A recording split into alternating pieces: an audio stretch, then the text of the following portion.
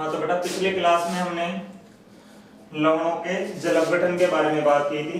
आज का अपना टॉपिक होगा विलेयता एवं विलेयता गुणनफल।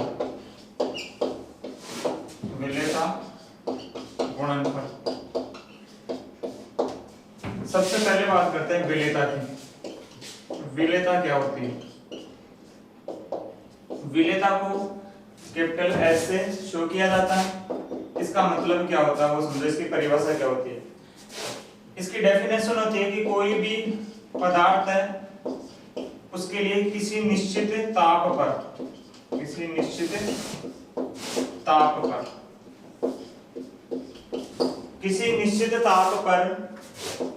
पदार्थ के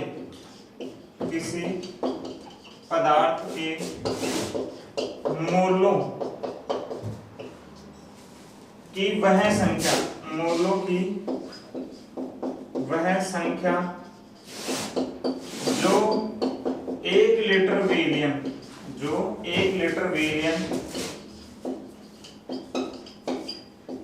को संतृप्त कर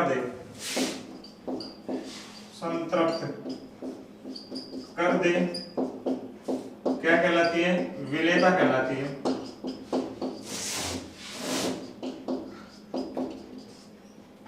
विलेयता कहलाती है।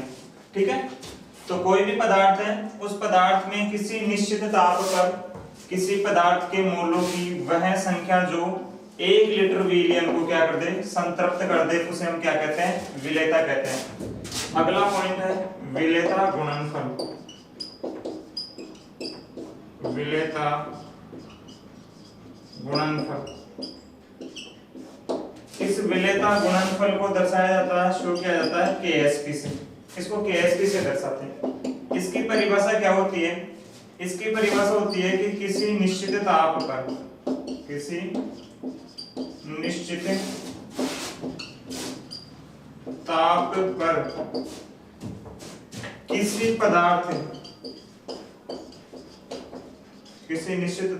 किसी पदार्थ का विलेयता गुणनफल यानी KSP का मान उस पदार्थ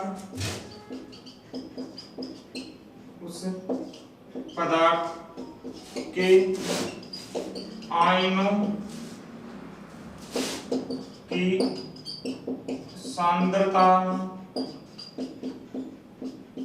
के गुणनफल के बराबर होता है।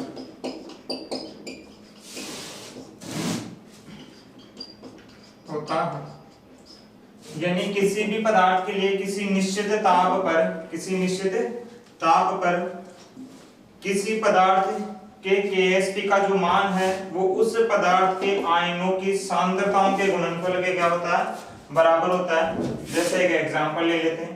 मैंने लिया है, एक लवण लिया है CaCl2। ये एक अपने पास एक लवण है CaCl2 और इस लवण का अपने को KSP पता लगाना है। इस लवण के लिए अपने को KSP ज्ञात करना है।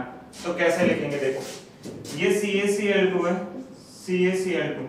जब इसको आप जल में घोलोगे तो ये टूटेगा, Ca+2 plus 2Cl minus, Ca+2 plus 2Cl minus. अब इसके लिए KSP कैसे लिखेंगे? KSP बराबर, ये लवण है, इस लवण के वियोजन से कौन कौन से आयन मिले? एक तो ये वाला आयन मिला और एक ये वाला आयन। और मैंने ये बोला कि किसी निश्चित ताप पर किसी पदार्थ या बोल दो लवण, ठीक है, यहाँ लवण भी कह सकते हैं, किसी पदार्थ या लवण का जो KSP का मान है ना वो उस पदार्थ या लवण के आयनों की सांद्रताओं के गुणनफल के बराबर होता है। तो यहाँ पर आयन अपने पास एक तो ये है और एक ये है, तो यहाँ पर दोनों की सांद्रता ले लेंगे, एक तो Ca+2 की सांद्रता और एक Cl- की सांद्रता। दूसरी बात, यहाँ पर जो चरघातांकी गुणांक होंगे वो इनके घात पर चले जाएंगे, तो ये इसका KSP हो गया। ध्यान रखना, ठीक है। जो भी आयन है उन आयनों की सांद्रताओं का क्या करना? गुणनफल करना। और उन आयनों के आगे जो स्टोइकियोमेट्रिक गुणांक है वो उनके किस पे लगा देना? घात पे लगा देना। तो वो उसका क्या हो जाएगा? KSP हो जाएगा। जैसे एक और एग्जांपल समझते हैं।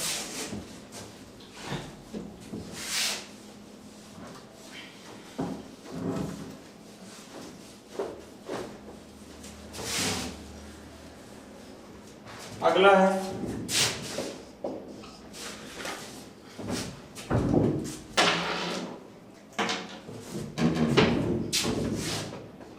AlCl3 का KsP। AlCl3 का KsP लिखना है तो इसको लिखेंगे AlCl3। जब इसको आप जल में घोलोगे तो ये टूटेगा Al+3 + 3Cl माइनस।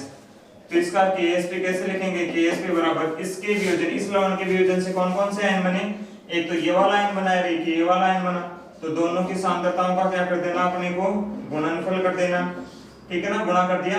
और इनके आगे जो स्टोइकियोमेट्रिक गुणांक है वो इसकी किस पे चले जाएंगे? इनकी घात पे चले जाएंगे। तो ये AlCl3 का क्या हो गया? KsP हो गया। क्या हो गया? KsP हो गया। ऐसे ही अगर आपसे बोलूं कि Na2SO4 का KsP लिखना है तो कैसे टूटेगा ये टूटेगा 2Na + SO4 - 2। तो इसके लिए KsP हो जाएगा, कौन कौन से आयन है? एक तो Na+ आयन है, एक तो इसकी सांद्रता, और एक SO4 आयन है, इसकी सांद्रता। और इनके आगे जो स्टोइकियोमेट्रिक गुणांक है वो इनके किस पे चले जाएंगे? घात पे चले जाएंगे। तो ये Na2SO4 का KsP हो गया। तो एक तो KsP इस प्रकार से लिखा जाता है। ये जो मैं KsP लिख रहा हूं वो सांद्रता पदों में लिख रहा हूं। कौन से पदों में? सांद्रता के पदों में।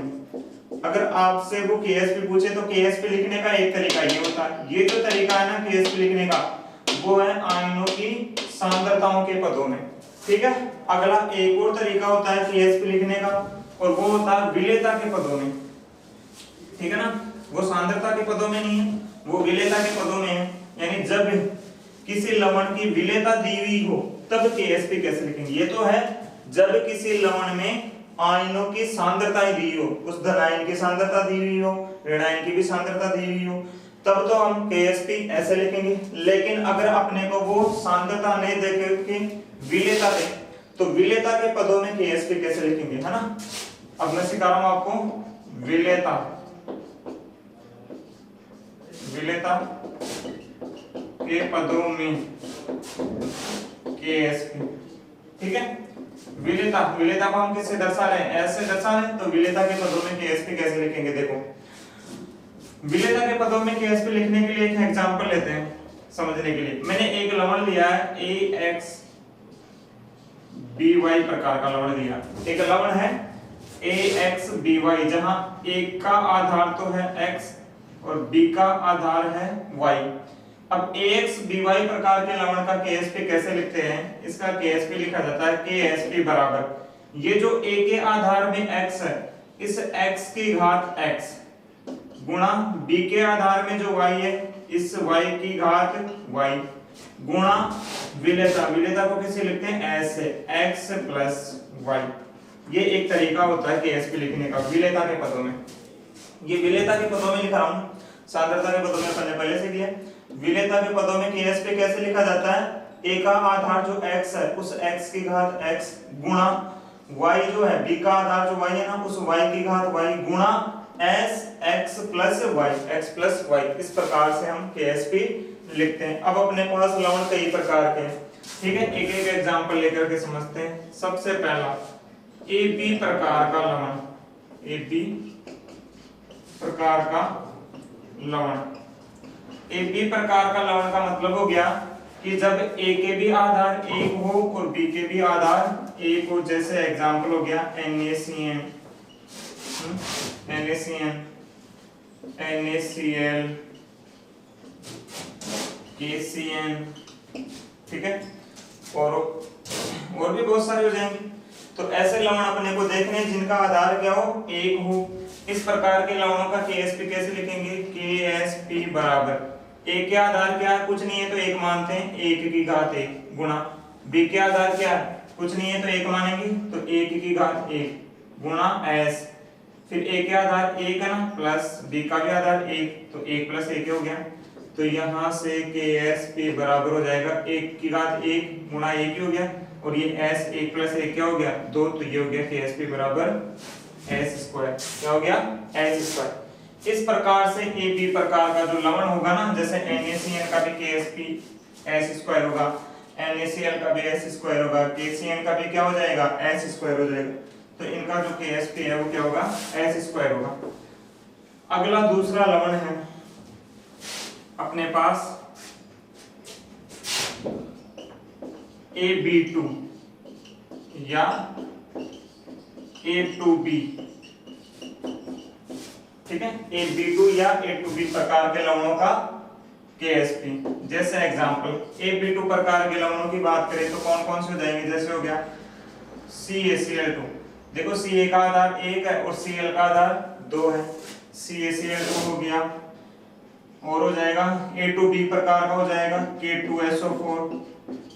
यहाँ K का आधार क्या है, 2 है, पोटेशियम 2 है, जबकि SO4 का आधार एक पूरी यूनिट है, सल्फेट एक पूरी यूनिट है। ऐसा नहीं कि ऑक्सीजन 4 है, ना, ये पूरा एक आयन है SO4, ठीक है। तो इस बात का अपने को ध्यान रखना है। एक और हो जाएगा जैसे NH4 2SO4, ठीक है, ये वाला भी हो जाएगा, ठीक है। तो अपने को ये दो आयन तो याद रखने एक तो CaCl2 और एक NH4 2SO4, ठीक है, ये भी इंपॉर्टेंट। ये AB2 और A2B प्रकार के लवण हो गए। इनका KSP कैसे लिखेंगे, देखो KSP बराबर, पहले मैं कैसे कराऊं, A का आधार 1 है ना, तो A की घात 1 गुणा B का आधार कितना है 2, तो 2 की घात 2 गुणा S 1 प्लस 2। भाई S में क्या करते थे, x प्लस वाई, x क्या है 1 है, प्लस y क्या है 2 है। तो यहां से KSP बराबर 1 की घात 1 का मतलब 1, 2 की घात 2 का मतलब 4, तो ये हो गया 4, और S 1 प्लस 2 बराबर 3, तो 4S क्यूब आ गया। इसका निकालते हैं, इसका कैसे निकालेंगे, KSP बराबर, अब 2 की घात 2 गुणा 1 की घात 1, 2 की घात 2 गुणा 1 की घात 1 गुणा S 2 प्लस 1, तो यहां से KSP बराबर आ जाएगा 4 गुणा 1 4 ही हो जाएगा S क्यूब, ये अपना KSP हो जाएगा, ठीक है। तीसरा है अपने पास AB3 या A3B, AB3 या A3B प्रकार के लवणों का KSP। एग्जाम्पल इस प्रकार के लवणों का उदाहरण क्या हो गया, AB3 प्रकार का लवण हो गया FeCl3, AlCl3, ठीक है, FeCl3 हो गया, AlCl3 हो गया, ठीक है। और A3B का हो जाएगा क्या, K3PO4, ठीक है, K3PO4 हो जाएगा, ये हो जाएगा A3B प्रकार का लवण। अब इसका KSP कैसे लिखेंगे, देखो पहले मैं इसका KSP लिख रहा हूं, KSP बराबर A की घात आधार 1 ना, तो 1 की घात 1 गुणा 3 की घात 3 गुणा S 1 प्लस 3, तो यहां से KSP बराबर आ जाएगा 1 3 की घात 3 का मतलब हो गया 27, ठीक है। तो ये 27 गुणा S4, 3 और 1 4 हो गया, तो 27 S4 हो गया ये KSP, ठीक है। इसका कैसे लिखेंगे, KSP बराबर वही आएगा 3 की घात 3 गुणा 1 की घात 1 गुणा 3 प्लस 1, ठीक है। तो यहां से आ जाएगा KSP बराबर 27S4। तो इस प्रकार से इनका KSP लिखा जाएगा, ठीक है। अगला एक और लवण बच रहा अपने पास, एक और प्रकार का लवण है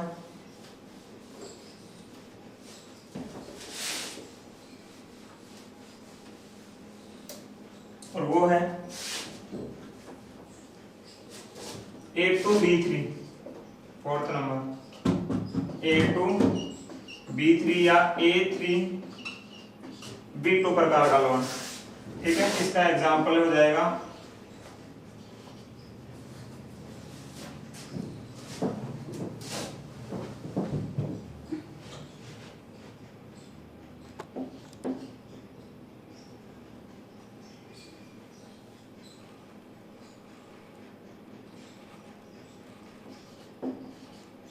Al2SO43, Al2SO43, ये तो हो गया A2B3 प्रकार का लवण। और A3B2 का हो जाएगा SO43, ये ले लो NH4 तो नहीं होगा, Ca ले लो, A3 होगा ना, तो Ca3 PO4 CH3PO4 ये दोनों लवण हो गए। अब इनके लिए KSP निकालते हैं। इसका KSP क्या होगा बताओ, एक ही आधार 2 ना, तो 2 की घात 2 गुणा 3 की घात 3 गुणा S 2 + 3, तो यहाँ से KSP बराबर ये 4 गुणा 27 हो गया है ना, गुणा S 5, ठीक है। तो यहाँ से KSP बराबर आ जाएगा 108 है ना, S 5 ये 108 आ जाएगा, ठीक है। इसका कैसे निकालेंगे, इसका निकालेंगे KSP बराबर 3 की घात 3 गुणा 2 की घात 2 गुणा S 3 + 2, तो यहाँ से भी KSP बराबर आ जाएगा अपना 108 S 5, 108 S 5। इस प्रकार से अपने को KSP ज्ञात कर लेना है, ठीक है। चलो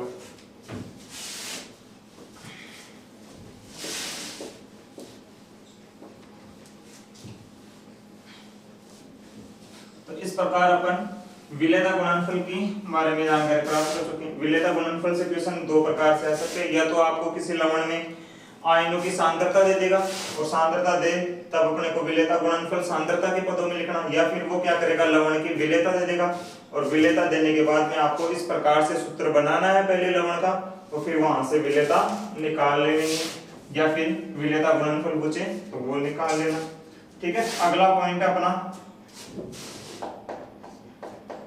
बफर विलयन।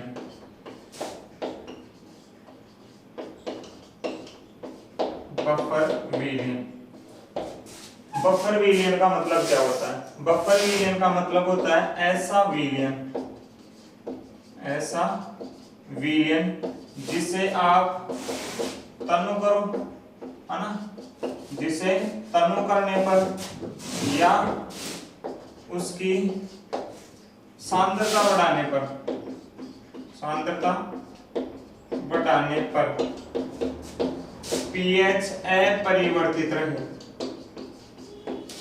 pH अपरिवर्तित रहे, तो उसे हम क्या कहेंगे? बफर विलयन।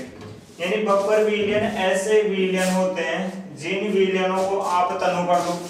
तनु करने का मतलब सीधा सा हो गया सांद्रता घटाना, या फिर उसकी क्या कर दो सांद्रता बढ़ा दो, ठीक है। तो उनकी pH क्या रहेगी? अपरिवर्तित। यानी कुल मिला के ऐसा कह दो कि ऐसा विलयन जिसकी सांद्रता परिवर्तित करने पर उसकी pH का मान, उस विलयन की pH का मान क्या रहे? अपरिवर्तित रहे, उसे हम क्या कहेंगे? बफर विलयन। क्या कहेंगे? बफर विलयन।